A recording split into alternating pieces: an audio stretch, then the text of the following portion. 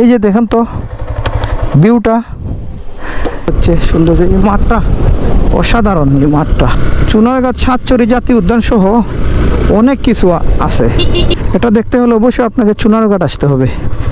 এই চুনারঘাটের এই চণ্ডীছাড়া চা বাগানের এই জায়গাটা অসম্ভব মায়া লাগে। আমাদের হবিগঞ্জের করব এই চুনারঘাট। বাহ, দারুণ লাগে, দারুণ, মানে এক কথায় অসাধারণ। এই জায়গাটাত ফুটবল খেলার যে মাঠটা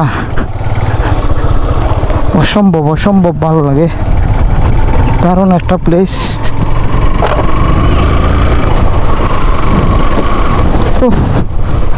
সেরা চণ্ডীছাড়ার এই মাঠটা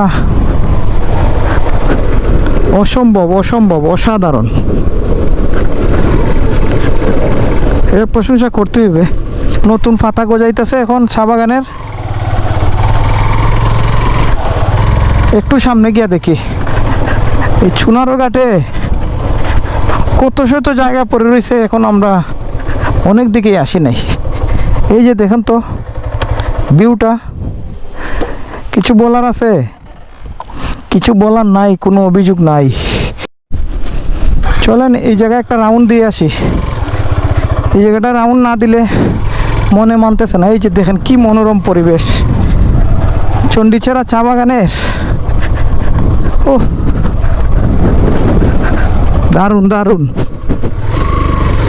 এক কথায় অসাধারণ। প্রকৃতির সৌন্দর্যে আমি যেন বারবার হারিয়ে যাই। আর এটা দেখতে হলে অবশ্যই আপনাকে চুনারঘাট আসতে হবে।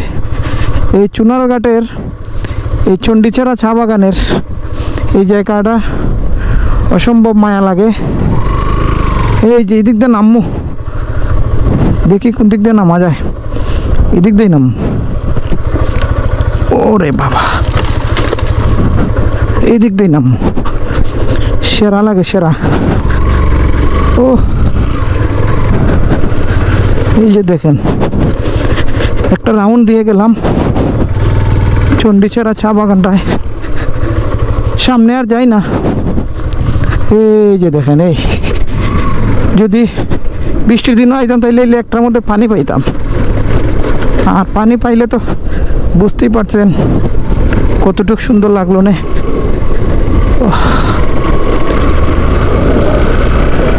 ব্যারিস্টার সুমন ভাইয়ের এলাকা, আমাদের হবিগঞ্জের গর্ব এই চুনারঘাট।